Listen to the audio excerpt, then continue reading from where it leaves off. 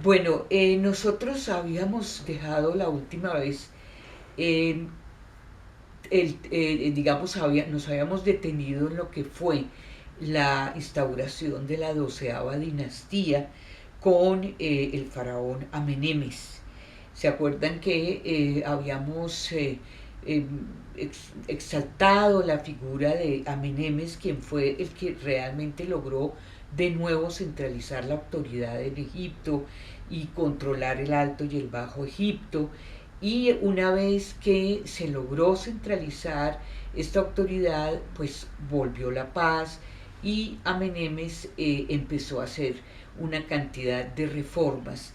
que habíamos visto ya, la reforma agrícola, la reforma económica y tal vez la más importante de todas, que fue la reforma religiosa. ¿Sí? Esta reforma religiosa que Amenemes había traído durante su gobierno incluía la llegada de un nuevo dios, que era el dios Amón. Este dios venía de Tebas, había sido el dios en toda la zona de Tebas, mientras que en el delta todavía Ra era muy importante. Pero este nuevo Dios que trae Amón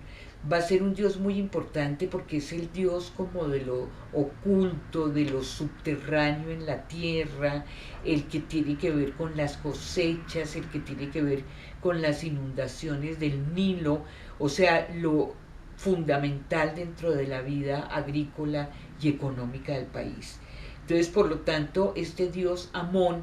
va a tener una gran acogida. Es un Dios invisible, es un Dios que está en todas partes, y este Dios que es Amón, pues va a ser el Dios también de la fertilidad de la tierra. Amón logra como sincretismos con otros dioses y de ahí que empiece, veamos la nueva figura de Amón Ra, va a ser una sola unidad. Pero entonces este nuevo Dios trae como una nueva percepción de tipo religioso. Básicamente esta nueva concepción pues tiene que ver con la parte del alma que no habíamos visto antes, ya que cuando una persona moría, su alma, digamos, como que se dividía en dos. Una parte era el Ka, el que se mantenía cerca del cadáver, por lo cual había que alimentar y vestir, digamos, esa parte del alma que era el Ka, que era la parte como más noble de la persona que había muerto, y existía otra parte del alma que era el Ba. El Ba se representaba como un pájaro que volaba cuando la persona moría. Y Amón, en la tradición de Amón, pues este momento de va a ser fundamental en la medida en que vamos a ver que la parte del alma que es el va a hacer un recorrido digamos, por el inframundo, en todo lo que es el terreno donde gobierna Osiris, y allí esa alma va a tener como una especie de juicio, un juicio final. En ese juicio final, el corazón, que es la única parte que se deja en la momificación, donde están concentrados los sentimientos y las emociones, ese corazón iba a ser pesado por Anubis, iba a controlar este momento final en que se hace como la definición de lo que va a suceder con esta alma, y se ponía el corazón con respecto a la pluma que representaba a la diosa Mat, que si ustedes se acuerdan era la diosa de la virtud, del orden, de la justicia, del orden cósmico, de la justicia, de la verdad básicamente. Y entonces, dependiendo de cuánto pesara el corazón, se definía cuál iba a ser el recorrido del alma. Si el corazón pesaba más, quería decir que esa alma no podía continuar su proceso hacia la eternidad. Y existía una especie de monstruo que era como una devoradora, que era mitad hipopótamo, mitad león, mitad cocodrilo, quien cuando esto sucedía se devoraba el alma. Pero si el alma, el corazón no pesaba, pesaba menos que el mat, en ese momento esa alma podía continuar con el recorrido hasta poder llegar hasta la eternidad, donde sería inmensamente feliz. Se decía que esa alma en el más allá iba a continuar haciendo como la actividad, el trabajo que había hecho en vida, pero para ello había como se van a encontrar unas pequeñas figuritas que se llaman los Ushbits, que eran como pequeños espíritus que ayudaban a la persona a desempeñar las tareas que Osiris les comendaba. Entonces tenían como esa función para que el alma estuviera absolutamente en beneplácito, en una gran felicidad. Entonces esto consistió en lo que representó la gran reforma religiosa que trajo a Menemes con su nuevo dios Amón, que sería luego Amón-Ra. Entonces, cuando estamos en este proceso, Amenemes hizo muchas reformas, como vimos, y esto le equivalió a que hubiera mucha oposición dentro de los faraones, dentro de los nobles, dentro de toda esta nobleza que se había constituido, y se va configurando una conjura dentro del palacio real, y Amenemes es asesinado. Cuando Amenemes es asesinado, su hijo, que era Sesostris I,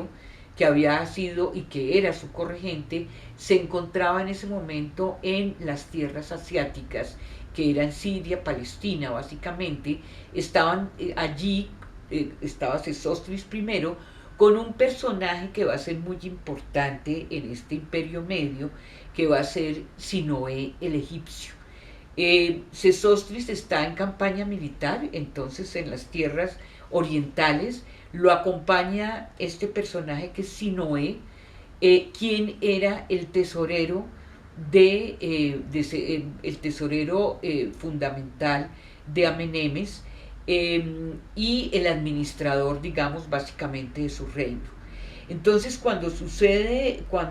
matan a Amenemes, Sesostris tiene que regresar a Egipto,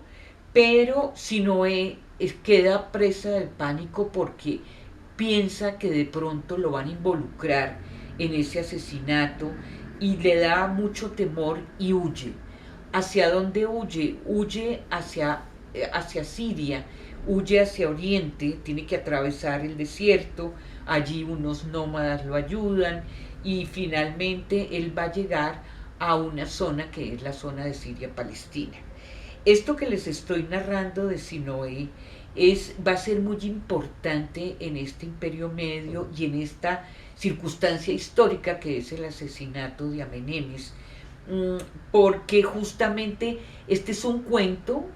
de un anónimo que va a configurarse como un cuento, como una obra literaria fundamental de la época. Con este cuento aprendían a leer y escribir los egipcios, tan importante era. Y se crea este cuento que es Sinoé, con este personaje que les comento, quien huye después del asesinato de Amenemes, quien huye hacia Oriente, y allí, más allá de Biblos, en la región de Siria, hay un gran rey que lo acoge y lo nombra, le da un cargo muy importante dentro de su gobierno, le ofrece a su hija como esposa, y Sinoé llega a tener mucho poder económico, político, y gobierna pues una provincia muy bella, muy fértil. Mejor dicho, es un hombre absolutamente feliz. Tiene una familia que lo adora, pero Sinoé nunca está contento, nunca está totalmente feliz. Él tiene como en el fondo de su corazón hay como una nostalgia, pero más profundo y más importante que una nostalgia, y es que él siente que si él muere fuera de su Egipto natal, él no va a poder acceder a la eternidad. Y este era un miedo muy egipcio. Los egipcios no les gustaba morir fuera de su tierra natal por esa razón, porque sentían que no iban a poder acceder a la inmortalidad. Y Sinoé, pues no es la excepción, Sinoé empieza a sentir este vacío profundo y Sinoé decide que tiene que regresar a Egipto. Él recibe, antes de que, digamos, lo que determina su decisión es que él va a recibir, van a llegar unos mensajeros de Sesostris I, que era el hijo de Amenemes, donde le dice que regrese, que él puede regresar de nuevo a su país porque ya ellos saben que no tuvo nada que ver en la conjura palaciega que implicó la muerte de Amenemes, o sea que él puede regresar sin ningún problema. Y ahí Sinoé abandona a su mujer, que es algo que uno dice, bueno, de todas maneras les tocaba duro a las mujeres en aquella época, ¿no? Porque es abandonada por Sinoé, ella se queda con los niños y Sinoé regresa entonces a Egipto y allí lo espera Sesostris I, le hacen un gran recibimiento y finalmente él logra llegar y retornar para hacer, cuando muera, para hacer su viaje a la inmortalidad. Entonces, este cuento de Sinoé, como ustedes ven, se enmarca dentro del contexto histórico en el que Amenemes fue asesinado. Después de que Amenemes es asesinado, Sesostris logra encarcelar a sus asesinos y después de esto vamos a tener un periodo muy tranquilo en este imperio medio donde se van a suceder los Sesostris y los Amenemes uno tras otro, ¿sí? Hasta que lleguemos, hay dos figuras importantes, vamos a llegar hasta el número 4 y va a haber una figura muy importante que es Sesostris III, que va a ser el momento culmen de esta dinastía 12, donde vemos que están en el momento de mayor esplendor, hasta que entonces en la sucesión vamos a llegar del Sesostris III y lo va a suceder Amenemes III, perdón. Este momento va a ser definitivo para lo que va a suceder en la historia de Egipto posteriormente, porque Amenemes III muere sin dejar un hombre heredero y la que tiene que heredar el trono es su hija que es Sesmiofris, y ella, ella va a casarse con un hermano segundo, un hermanastro, que hace las veces de Amenemes IV. Ellos van a reinar conjuntamente durante 10 años. Ella pues se ha casado con él para legitimar la descendencia en todo lo que es el manejo de la autoridad dentro del gobierno, pero cuando este Amenemes IV muere, ella no deja descendientes, no deja herederos, ella logra gobernar 3 o 4 años más y ella muere y tampoco deja herederos. Y en este momento, cuando se pierde este linaje, cuando se rompe la autoridad central, Egipto va a volver a estallar en pedazos, vuelve el caos y entramos en un nuevo periodo intermedio que va a ser el segundo periodo intermedio, el segundo periodo de caos y de guerra civil. Entonces vamos a dejar acá y la próxima vez continuaremos entonces para ver qué sucedió después.